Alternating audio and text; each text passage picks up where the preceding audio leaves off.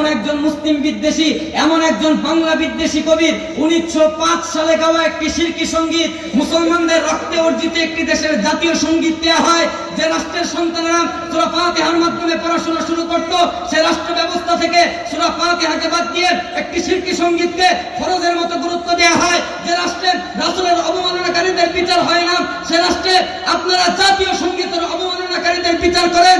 স্পষ্ট ভাষায় বলতে চাই, এ ব্যবস্থা মুসলমানদের ব্যবস্থা হতে পারে না, মুসলমানদের ব্যবস্থা হতে পারে না। উপস্থিতি, আজকে আমি আপনাদের সম্মুখে যে বিষয়টি নিয়ে কথা বলবো সেটি হচ্ছে বাংলার জমিনে মুসলিম নিধনের মাস্টারমাইন্ড কে এবং কারা।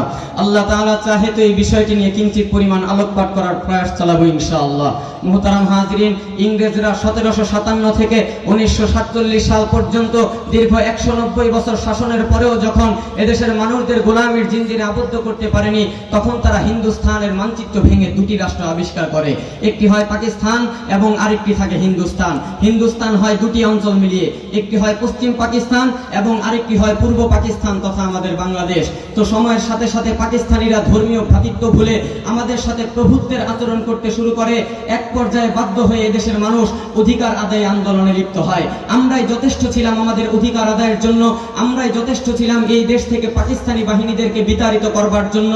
কিন্তু তখন পার্শ্ববর্তী দেশ বাংলাদেশের বন্ধু সেজে মুসলমানদের সার্বজনীন ক্ষতি করবার জন্য বাংলাদেশকে সাহায্য করার প্রতিশ্রুতি ব্যক্ত করে, আর এদেশের মানুষও তাদের সাহায্য গ্রহণ করে এবং এরই মধ্য দিয়ে বাংলাদেশকে ভারতের অখণ্ড ভূমি বানানোর সুদূর প্রসারী ষড়যন্ত্র বাস্তবমুখী হয়। মুহতারাম হাজিরিন, বঙ্গস্থানকে হিন্দুস্থানে পরিণত করার ষড়যন্ত্রে লোভের বশীভূত হয়ে ভারতীয় দালালির বায়াত গ্রহণ করে তৎকালীন সময়ের বড় একজন নেতা, যার হাত ধরে একের পর এক ভারতীয় কার্যক্রম চলতে থাকে বাংলার বুকে।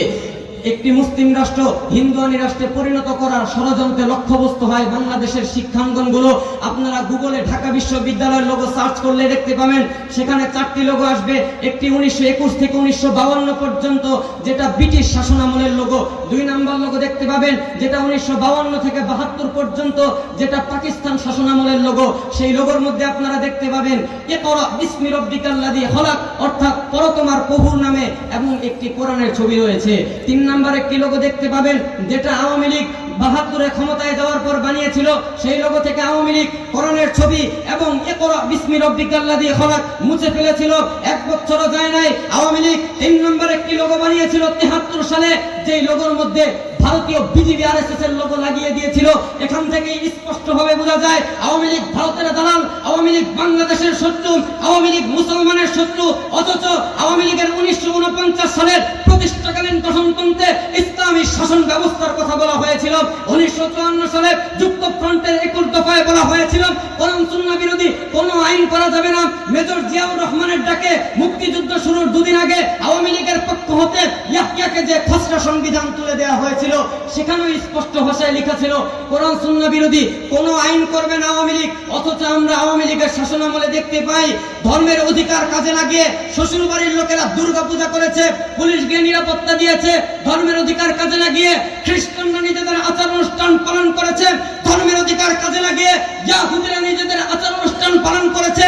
একমাত্র দেশের মুসলমান যাদের ধর্মের অধিকার, তাদেরকে আইনা ঘর পর্যন্ত নিয়ে গিয়েছিল। মুহতারাম হাজিরিন, পাকিস্তান স্বাধীন হওয়ার 50 বছরের মধ্যেও তারা একটি সংবিধান ব্যবস্থা করতে পারে নাই। কিন্তু বাংলাদেশ স্বাধীন হওয়ার 1 বছরের মধ্যে কারা সংবিধান বানিয়ে দিল, এখান থেকে স্পষ্টভাবে বোঝা যায় যে ডাল মে কুছ কালা হ্যায়। তো এভাবে চলমান ষড়যন্ত্রের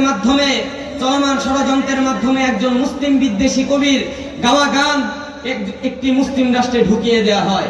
অথচ এই রবীন্দ্রনাথ ঠাকুরকে মরহুম মতিউর রহমান শান্তিনগরে জিজ্ঞাসা করেছিলেন, আপনার লেখায় মুসলমান এবং তাদের নবীকে নিয়ে কোনো প্রশংসাসূচক বাক্য নেই কেন? রবীন্দ্রনাথ ঠাকুর বলেছিল তোমাদের কোরআন পড়তে শুরু করেছিলাম, বেশি দূর পড়তে পারি নাই, কারণ তোমাদের রাসূলের জীবনী ভালো লাগে নাই। হিন্দু ব্রাহ্মণদের অত্যাচারে ভারতে যখন নিম্ন বর্ণের হিন্দুরা দলে দলে মুসলমান হচ্ছিল, তিনি তাদের বিরুদ্ধে যুদ্ধ ঘোষণা করেছিলেন। শুধু তাই নয়, বরং বাংলাদেশে যখন ঢাকা ইউনিভার্সিটি করা হয়, তিনি সেটার ঘোর বিরোধিতা করে বলেছেন যে চাষার ছেলেরা পড়াশোনা করলে চাষবাস করবে কে? এমন একজন মুসলিম বিদ্বেষী, এমন একজন বাংলা বিদ্বেষী কবির 1905 সালে গাওয়া একটি শিরকি সঙ্গীত, মুসলমানদের রক্তে অর্জিত একটি দেশের জাতীয় সঙ্গীত দেওয়া হয়। যে রাষ্ট্রের সন্তানরা সূরা ফাতিহার মাধ্যমে পড়াশোনা শুরু করত, সেই রাষ্ট্র ব্যবস্থা থেকে সূরা ফাতিহাকে বাদ দিয়ে একটি শিরকি সঙ্গীতকে ফরজের মতো গুরুত্ব দেওয়া হয়। যে রাষ্ট্রে রাসূলের অবমাননাকারীদের বিচার হয় না, সে রাষ্ট্রে আপনারা জাতীয় সঙ্গীতের অবমাননাকারীদের বিচার করেন। স্পষ্ট ভাষায় বলতে চাই, এ ব্যবস্থা মুসলমানদের ব্যবস্থা হতে পারে না, মুসলমানদের ব্যবস্থা হতে পারে না। মোহতারাম হাজরিন, সর্বশেষ আমি বলতে চাই যে 2024-এর স্বাধীনতা হয়েছে কোনো বিজয় উদযাপনের জন্য নয়। 2024-এর স্বাধীনতা এসেছে বাংলাদেশকে সংস্কার করবার জন্য। নয়তো 1971-এর স্বাধীনতা যেমন মুসলমানদের রক্তের সাথে গাদ্দারি করেছিল, 2024-এর স্বাধীনতাও মুসলমানদের রক্তের সাথে গাদ্দারি করবে। এই অর্থে বলতে চাই, এ বাংলাদেশ আর কোনোদিনও ভারতের অঙ্গরাজ্য হবে না। ভারতীয় প্রেসক্রিপশনের নিয়ম কানুন বাংলাদেশের উপর চাপাই দেওয়া যাবে না।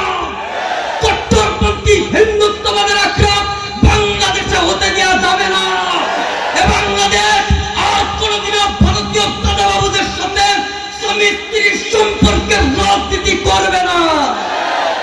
আজ আমরা দেখতে পাই বিভিন্ন বিবৃতিতে ভারত বলে যে তারা চট্টগ্রাম দখল করবে। আরে বেটা, আসাম আমার, পশ্চিমবঙ্গ আমার, ত্রিপুরা আমার, চট্টগ্রাম চাও, মাইয়া একটা গেছে যৌতুক চাও, মাইয়া বিয়া দিনে মাইয়া পলাই গেছে। সর্বশেষ আমি বলতে চাই, বাংলাদেশকে ফ্যাসিস্ট মুক্ত করতে যেমন এক গণঅভ্যুত্থানের প্রয়োজন হয়েছে, হাজার হাজার মানুষকে রক্ত দেওয়ার প্রয়োজন হয়েছে, বাংলাদেশকে ভারত মুক্ত করতে যদি নতুন কোন গণঅভ্যুত্থানের প্রয়োজন হয়, এদেশের মানুষ গণঅভ্যুত্থান করতে প্রস্তুত রয়েছে।